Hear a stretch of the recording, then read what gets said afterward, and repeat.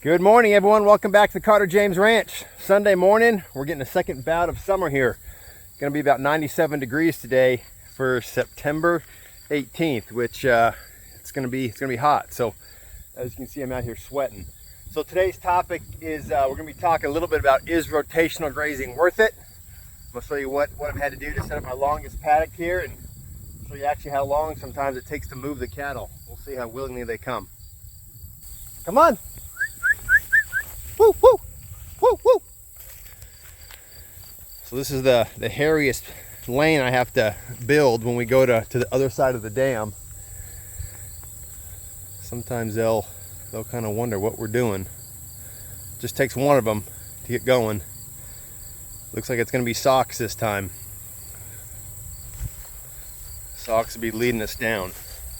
But like I mentioned, gonna be a hot couple days here. We've gotten a resurgence of summer hitting us here for the middle of September. Next couple days we're gonna be upper 90s. So I'm gonna talk a little bit about rotational grazing here at the Carter James. I'm realizing, boy, we just get taken over with ragweed.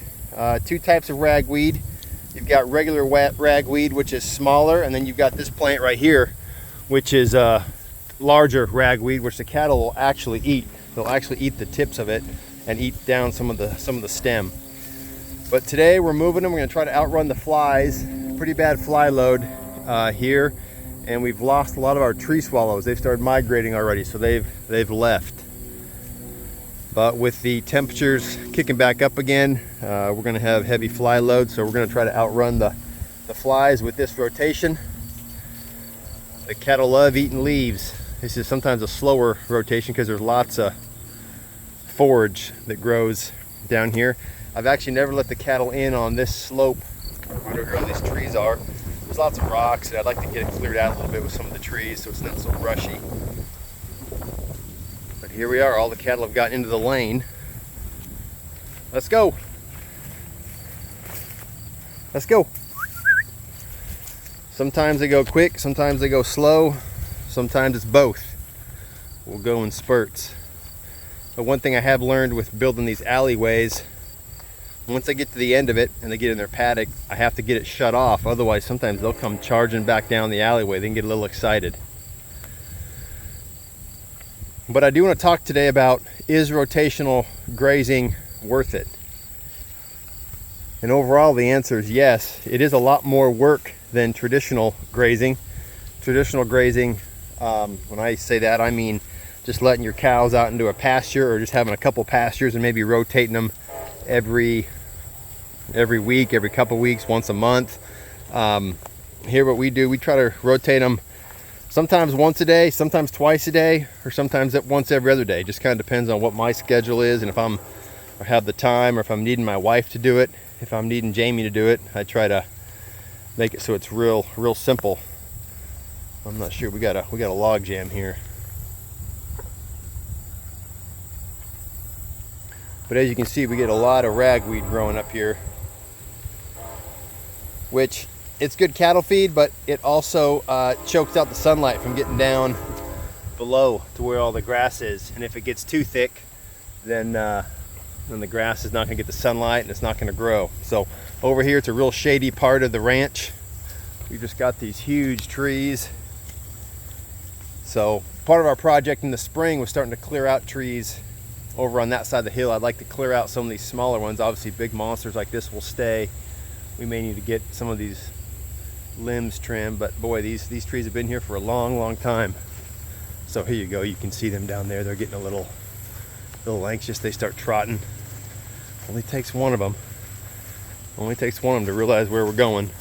So we got about 3/10 of an inch of rain last night. Oh, we're getting a little excited here. Little rain last night, which was great. This alleyway in the springtime is just always muddy because it's shaded constantly. Constant shade. So this part of the ranch back here is just all trees and forest basically. There's probably 7 acres back here that someday might be nice to get some sort of clearing so we could actually use it. But As you can see, we're on about a 60-day rotation. We've not been back here since July, and you can see the ragweed grows up. So just, you know, I actually leave these posts in here all the time, so I just have to run the wire. But we basically have 3 wires in this paddock. We have this lane right here on the left, so they don't go over the dam. I'd hate for them to venture down in there, and then I'm never going to get them out. We've got this little piece right here, this wire that just goes from the bottom of the hill here up to the top, just so they don't head over into that treat area. And then I use the pond. I use the pond here almost as a wire, because they're not used to going in the ponds, so I don't let them do it. And once they keep moving here, they'll realize what we're doing here at the end. So I've been out here for about 45 minutes setting up this, setting up the wiring. So it does take some time. Once we've got them fully moved, I'll need to go break down their other paddock where they just were, which will be taking down 2 wires. And then one thing I've mentioned previously in our videos, boy, I don't know what she's doing. Well, that's not what I wanted to do. She's going to get her a drink, which I don't like it when they drink out of the pond. As you can see, all the algae. I also get nervous about them getting stuck in the pond. Yeah, this is sweets, no sweets. Come on, let's see how this goes. Get up, get up. Yeah, I've never had anyone go down to the pond like that. She probably went down to get a drink and realized that water's awful with all the algae. So this pond is really, it's about 4 acres. As you can see, we've got a lot of algae. I don't think the pond is very deep. We get a lot of runoff from the golf course, and actually then there's a lot of runoff that comes in from the neighborhood up there.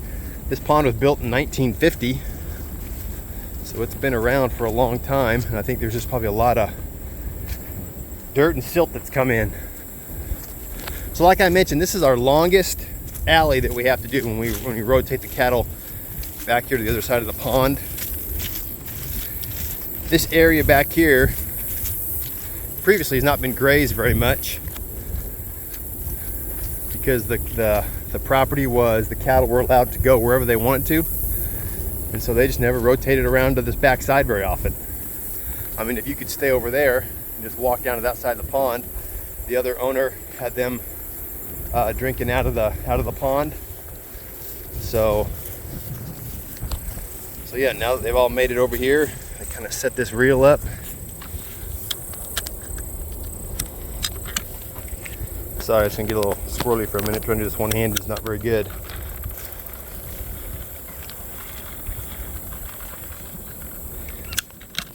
And I just run it over here.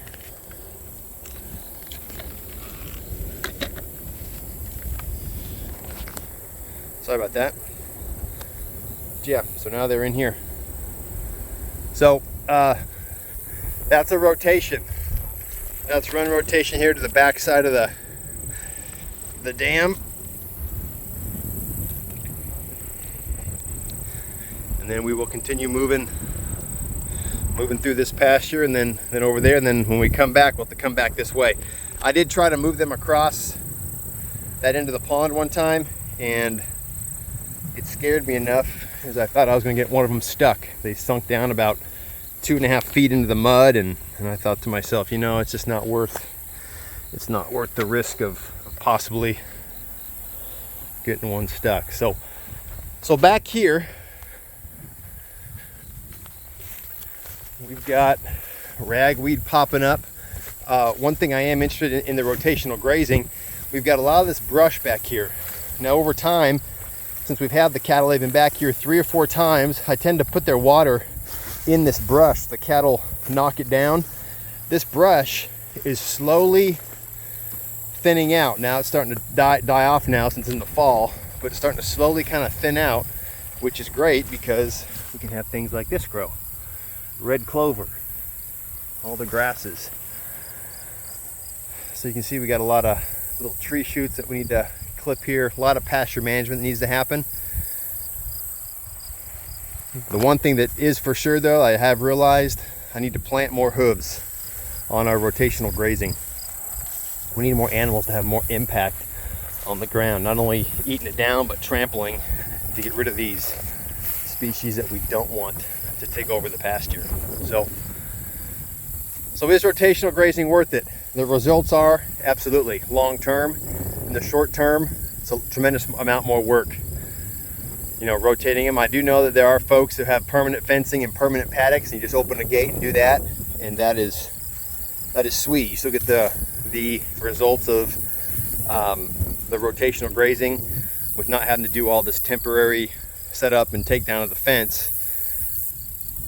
Haven't had the ranch here for now 6 months or 8 months. You know, I don't know where I'd want to put permanent fencing. Plus there's the cost. The reality of it is the cost and all this stuff is tremendous. Fencing is tremendous. You know, permanent fencing. We're getting ready to, one of our videos coming up is going to be, we're going to be building a pike corral, kind of a working facility so we can work these guys. What I've got set up now is just kind of thrown together. It doesn't always work very well. It's kind of hard to get them into a chute. So we're going to be doing a project here in about, hopefully in 2 weeks, the first part of October. So we'll be doing a video on that. So rotational grazing, it is worth it on the result side. The cattle always are getting fresh grass. We get to try to outrun the fly load. But it is bad right now, but on a day-to-day basis, much more work. And I've mentioned before, I'm currently still hauling water for these cattle, which in the next couple days, when it's going to be upper 90s, that becomes a lot more strenuous because they do drink a lot more water just with the heat. Even though these guys are slick-hided, when those temperatures get like that, see this? We got fly load here. Horse flies actually bite the cattle and break their skin, draws blood, and then that allows the horn flies to just kind of swarm. So after this week, after the next 3 days, we're going to be cooling off into the 70s and low 80s. So that'll be a welcome cool off and here into fall. So rotational grazing is worth it. A lot more work. Hey, want to give a shout out. Thanks for everyone who subscribed to the last, probably 45, 60 days. We've really had an increase. So I appreciate you guys following along.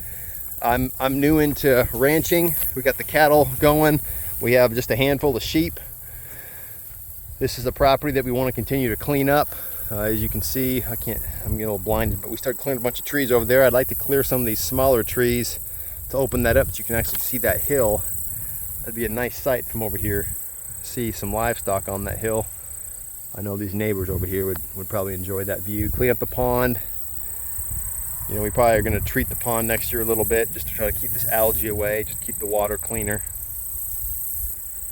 Lots of work goes into this land management. So, and this property's kind of been neglected for a number of years, so we've got a lot of cleanup we got to do, a lot of brush. So, but hopefully the livestock will help us clean up the pastures, and we can keep the thorn trees and rose bushes clipped back so those don't cause a problem. But I want to thank everyone for subscribing, and love your comments. Appreciate you watching.